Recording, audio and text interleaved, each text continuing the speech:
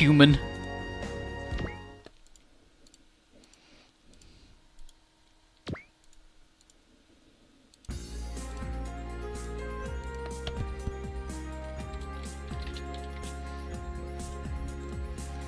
So here you're at the Macross Quarter where they got their booby posters in their briefing room because, I mean, Bobby's gay. And most of them are women, right?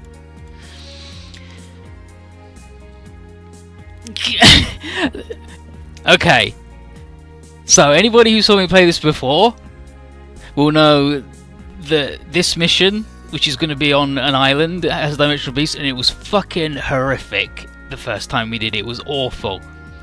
And this is what Kathy has said right at the top of the update. We begin the worst mission in the game. It's not that bad after the first run, actually. But here's Crow. He walks into the briefing room, and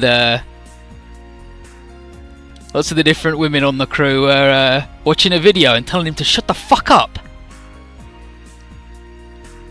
And he gets the Bridge Bunnies, Mida and Dharam and Monica, to explain that they're having their own screening of the movie Do You Remember Love? Which is a hit movie from their universe, and it's a movie of the actual events of the first Macross TV series.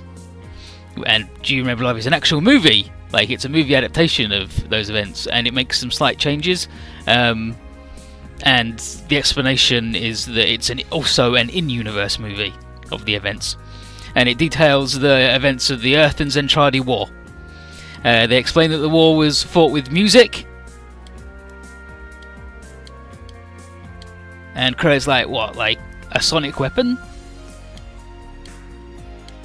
And they go, not so much. The Zentradi are a race that are like only warriors. That's all they do. And they weren't won over by fighting an explosion, but by humans showing them culture and art, because they didn't have that. Like, when they first heard music, they were like, what the hell's that? And like one of the big things that stopped them, like killing everybody, was when a lady went up to them with a baby and went, look at this thing, it grew inside me. And they're like, what the fuck, what, you're lying. It's like, no, it's small now, but one day it might even be bigger than me, or grow. It's a baby. Like, what the fuck? And there's this picture, which I'm going to find, like, if you just like Google Zentradi and then click the Macross wiki link in Google, and then you scroll down, there is a picture, and it is the Supreme Zentradi Commander, and I'm going to link it in the chat so I don't have to, but this is just for the people on YouTube, and it is him looking at the main character and the lady kissing, and he's losing his fucking mind, because what the fuck are they doing? What the heck? But yeah, it's all about Lin Minmay, who was the centre of the thing. She was the singer, and her song made the Zentradi hesitate long enough that humans could kill their commander. And like her romance is like a big thing in the movie and TV series.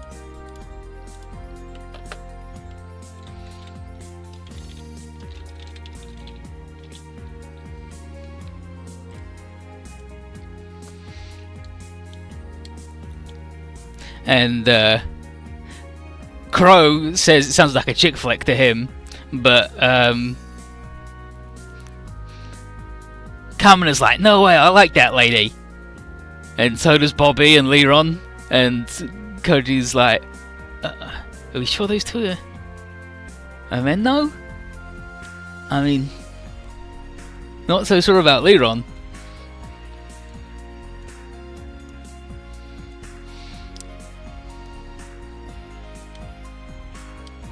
And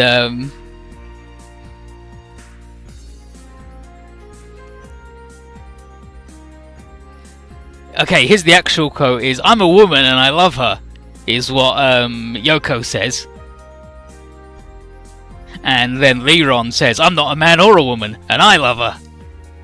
But pretty much the whole team is in here watching, and like they're mostly here to learn about the Macross Quarters crew's world and history. But not a single person is unmoved by the movie. Aoyama, this dude here at the top, he prefers more contemporary music, such as Cheryl Nome's new album that just came out. and there's a lot of, oh my god, was that today? It came out today? Holy shit! Akagi's like, who the fuck shall know me that you're all into? And they explain that she's the Galactic Fairy, super popular, and she was visiting the Frontier Fleet when it got transported, and now everybody loves her on this planet too. And it's impressive that she's getting teleported over here like in her stride this much, but it's a new stage. And Aoyama is, everyone's like, come on, you gotta play the new CD as soon as the movie's over, because we gotta finish watching the movie. And here's Alto, who is being, he's the wet blanket. And he's like, well, doesn't he not like the movie? And it's like, nah, he's just always that serious. And then Michelle says that Alto is actually personal friends with Cheryl. And everyone's like, a pretty girl and a pretty boy? Because he looks like a beautiful girl, and he's also a pretty boy, right? Get it? But Alto's like, no, never, no, I've never, no. But he is still carrying that earring, and he hasn't had a chance to give it up just yet.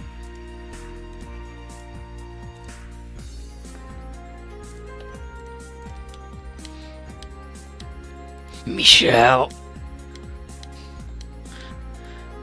And then while they're arguing about how good she is, oh, I should probably turn that off.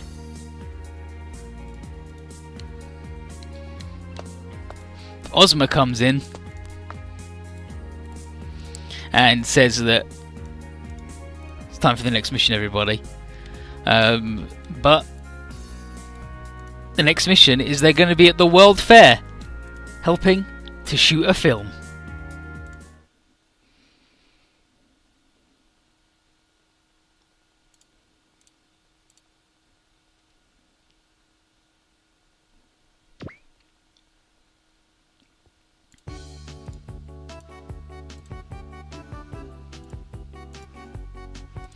And here we are at the film site for the movie Bird Human. And we've kept busy doing set work. The movie's a story from the Macross vs. History, much like Do You Remember Love? And it's set against the backdrop of their Earth 50 years ago. And it's to celebrate the joining of the fleet with the nations of Earth. That's why we're making it. And it's all well and good, but we were hoping we were needed as like extras to be in the movie rather than to help carry shit. But someone is gonna star in it. The VF-25, one of our planes. It's Alto's plane. It's gonna play a body double for the VF-0 Phoenix prototype that was in the movie, because it looks so similar, and then they'll just fix it in post, don't worry about it. But we were basically just hired for our machine, and having bodies to put to work is just bonus.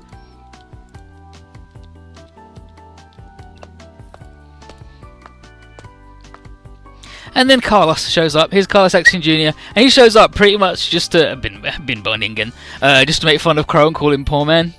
And this is the Tsuto Dokoi thing, where he's calling him like, "Where are you going, you ugly naked man?" But yeah, that's what you could like translated as idiot. But where are you going, you ugly naked man? And he's calling him poor man, like bin Boningen, like poverty human. But he makes fun of Crow because Crow's not getting paid for this, and everyone's like, "Whoa, that's Carlos Action Jr. He's the richest man in the world." And he's like, "Yep, that's me." So Crow introduces the world's richest man, despite being all that money in debt, and Crow explains that Carlos is his client, not his employer, and also that he loves making fun of him. And Carlos is like, "Yeah, he sucks, and so does his robot, but it's fine." But he assures Crow that it cost him a lot of money that Crow couldn't even imagine to waste time just to make fun of him for being poor. But no, he's also here to check on the movie, because Axion is a couple of fingers in getting it made. And there's Shawnee Regis, who we saw earlier, and Ayami gets to like go, "Hey, good looking, how are you?" And she's basically like, "Oh,